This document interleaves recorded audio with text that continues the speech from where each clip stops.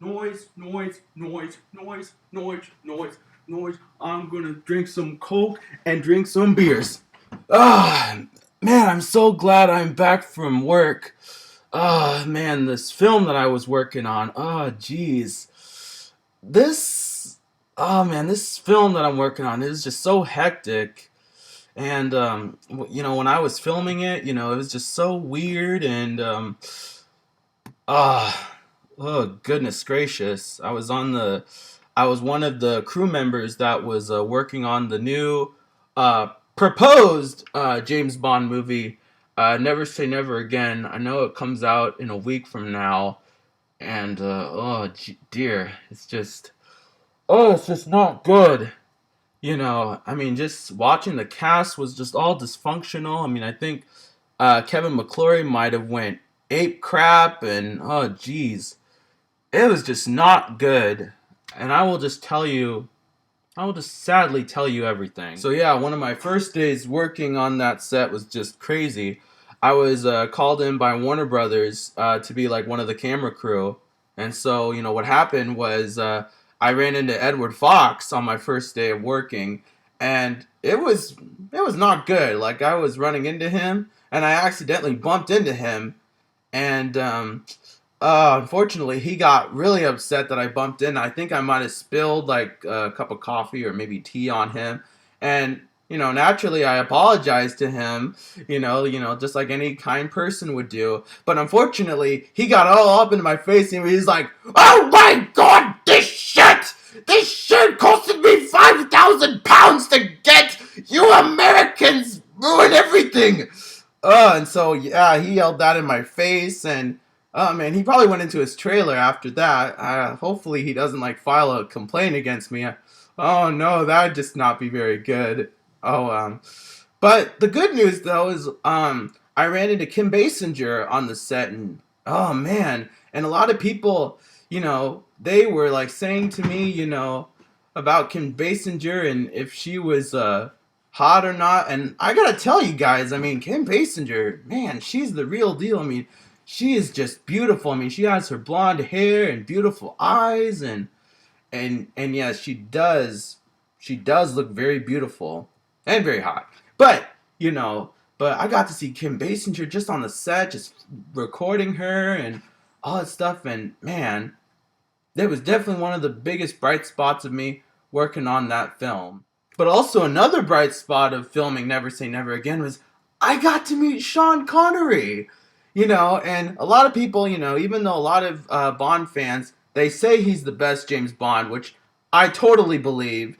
I mean, I got to be around him and just film, what he was like with the cast members. Unfortunately though, he kind of was on set just because of the money and all that stuff. He didn't really look as interested in the project. He would sometimes wouldn't be very pleased with a lot of things. But what was interesting though is I got to talk to him on set, and he even asked me. I don't know. I'm probably gonna do the really baddest Sean Connery impression ever, but he said to me, and he was very intense talking to me. He was like, "Jason, I know that you're very good at holding that camera. I know that you're very good at holding the camera and all that stuff. I mean, you're probably the best cameraman that I know. And why don't you have a drink with me?" And so naturally I said yes. And what was crazy? When I was in the bar with him, a lot of women kind of came up to him, and even though he was like, I don't know, he was like maybe 60, I believe, maybe 50, I don't know, but just a lot of women, even women that were like my mom's age, came up to him and like asked her my number, and he and so what happened was he while I was having a beer, he had like a vodka martini, I believe, the drink that James Bond usually has, and I was with him, and he gave me a little nudge, and he's like, "You see, Jason, there were plenty of women in the sea, so don't worry, keep your head up. There'll be plenty of women in the sea." And so while I was hearing that, I kind of denied it. I was like, no girl is kind of interested in me. But then what happened is like, don't you think that, Jason? I used to be just like you, back in the '60s before I took the first role of James Bond in Doctor No, so don't worry, you will be famous one day. And so yeah, I mean, just that experience alone, just being with the legend is just, oh man, I mean, um, it was just great. It was wonderful. And then I also asked him like, what about Diamonds Are Forever? How is Diamonds Are Forever? And he was like, oh, oh my God, that. And he said to me in his Sean Connery accent, he's like, oh man, no, that was just a bloody mess.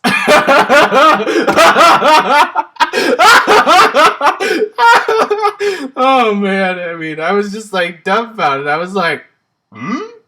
I mean, oh goodness gracious. But I mean, I just got a kick out of just being with Sean Connery, man. It was just, oh man, it was just hilarious, you know. And that was my second bright spot when I was on that set, and just having a beer with the man, Sir Sean Connery. I mean, that was just. But yeah, I mean, there was times where I was kind of worried about, Sean Connery, because there was times where he showed up wasted on set, and just some of the stuff that he did in the movie. I don't know, like making love to Kim Basinger and a lot of women that were kind of not his age in the movie. I mean, there was times where I was filming that I sometimes cringed on the set, when he was doing all that stuff. And then with the scene where he was with Q, and I was filming that, and he was, and I don't, God, who was the guy that played Q? I don't know what his name was, but anyway, when I was filming, and the guy who played Q was like, "Good to see you, Mr. Bond. Things have been awfully dull around here. I hope we're gonna have some gratuitous sex and violence." And then in the scene where he said, "I certainly hope so too," I kind of screamed out there. I was like, "Ah!"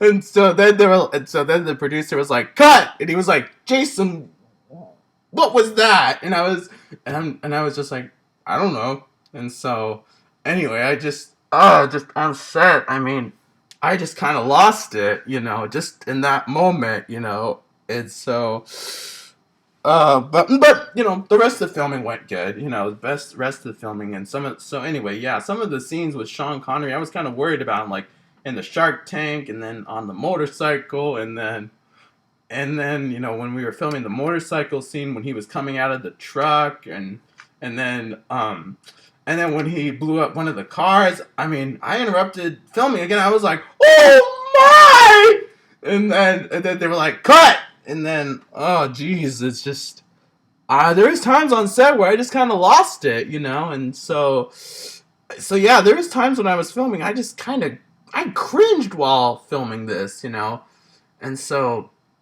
there was times where I just seriously lost it. And then there was times on set when I heard other news. I mean, there was another official Bond movie called Octopussy that was getting filmed in the same time frame. And so I've been hearing rumors about that. And I mean, I know Roger Moore, is pretty old to be James Bond. Right now, a lot of people have been talking about Roger Moore and how he's in his 50s and all that stuff. I think he's like 58 or 56 going into the movie Octopussy. But I don't know, it's just this movie though. Oh, sometimes I just kind of cringed, when I was filming it. And there was times where I kind of lost it too. And ugh. Oh my goodness gracious.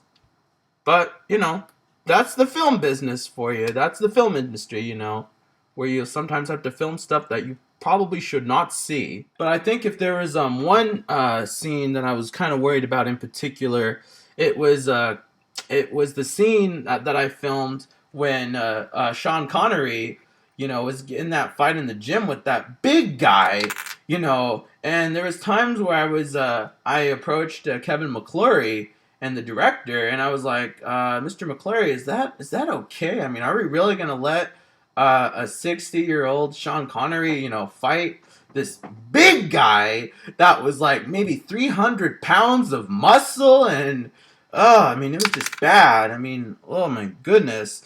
I mean, there was just times where I was just dumbfounded while filming it, because Mr. Connery, he was just slapped around, and during that fight scene, and I mean, oh, I was just even happy that he was able to just to get out of that weightlifting thing.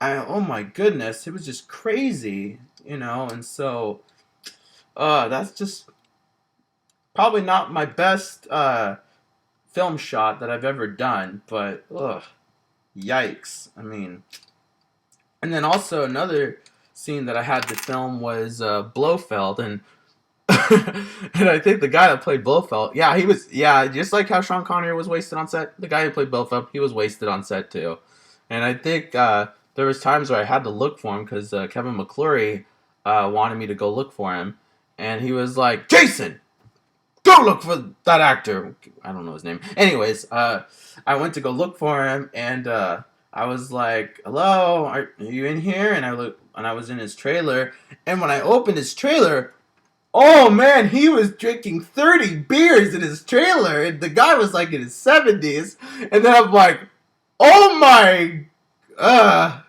anyway, that was just not the most prettiest sign to see. I mean, an old man in his 70s. I think he possibly was in his 90s, I believe. And so he had like 30 beers. I'm pretty sure he might have had 60 beers. Oh gosh. And then he was like, I am Blofeld. I am Blofeld, and I have my white kitty cat that's right here.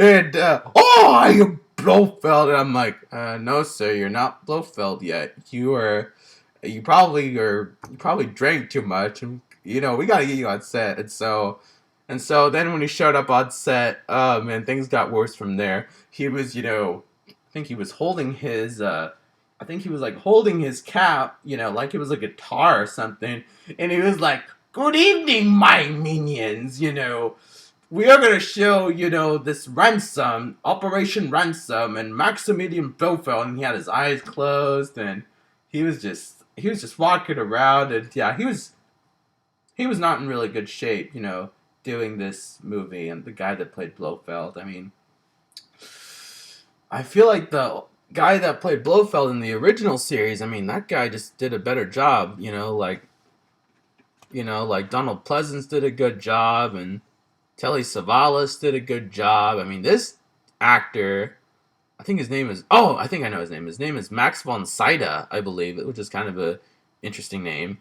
Max von Sydow he was just crazy on set, I think too, there was times where he didn't even want to exit the set to go home, and me being the intern camera crew, I had to help him on set and be like, watch your step, and he would be like, I want to go back to pet my kitty.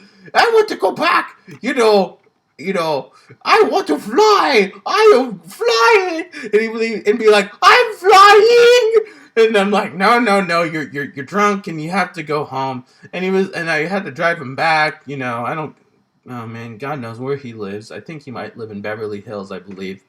And so I had to put him in my car, and he was like, let me out! I want to drink some tea! Oh, jeez. And so that was just not a very good... Yeah, but by the time, filming ended, I mean, oh man, it was just such a disaster. I mean, Edward Fox got mad at me, and then Max von Sydow, drank too much, along with Sean Connery, and, man, what was the worst thing that happened?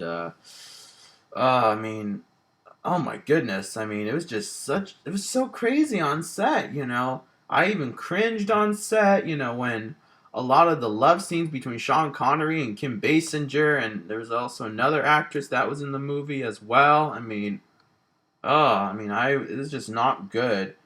I mean, Sean Connery was nice to me though, and then Kim Basinger was really nice to me, but unfortunately Kevin McClory and Edward Fox, oh man, those two people, they got pretty mad at me, for doing a lot of mistakes.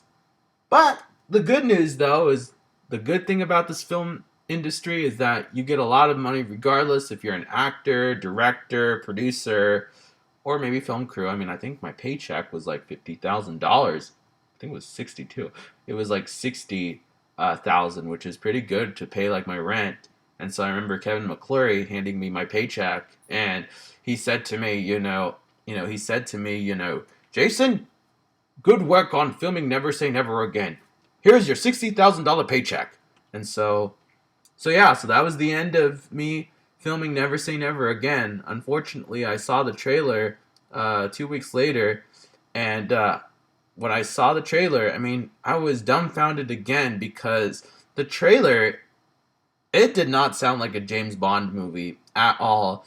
I mean, they had like, I don't want to say this, on camera because I know my family is gonna see this, back in, I think back in New York City, but and so the music was just so strange, and it was just, it, man, it did not sound good at all. I mean, even the dialogue with Q in the trailer, and Maximilian Largo saying, Bond, the game is over, and then the narrator saying, Sean Connery is Ian Fleming's James Bond, and never say never again. And I went to go see it in theaters, and oh man, I was just so embarrassed. I was just embarrassed like crazy, just knowing, my family and friends, just knowing that I just filmed this piece of garbage. And also, the press was saying that, there's a battle of the bonds, and sadly, Octopussy won. And so, Never Say Never Again was unfortunately a massive, massive failure, you know, and it was also not the most pleasant thing to see since I was an intern filmmaker, you know. So that was unfortunately not very good, you know. But fortunately, though, I do have $60,000, you know, in my paycheck, so I'll probably buy like a new apartment really, really soon. So anyway, to my family and friends back in New York City, I'm doing just fine. And even though Never Say Never Again was not the biggest success, I did get a lot of money doing it. Anyway, later, you guys. Thank you for subscribing. I really enjoyed being with that Jason fellow, and having my vodka martini with him, And also, he is a good crew member, and I really hope that he gets a lot more jobs. And also, I will remind Jason as well that there are a lot of more women in the sea. And I will remind all of you that even though I am Sean Connery, there is a lot of women in the sea. So, and also go see Spectre when it comes out. Goodbye. Oh, good lord. I'm very disappointed that I never got to pet my white kitty cat.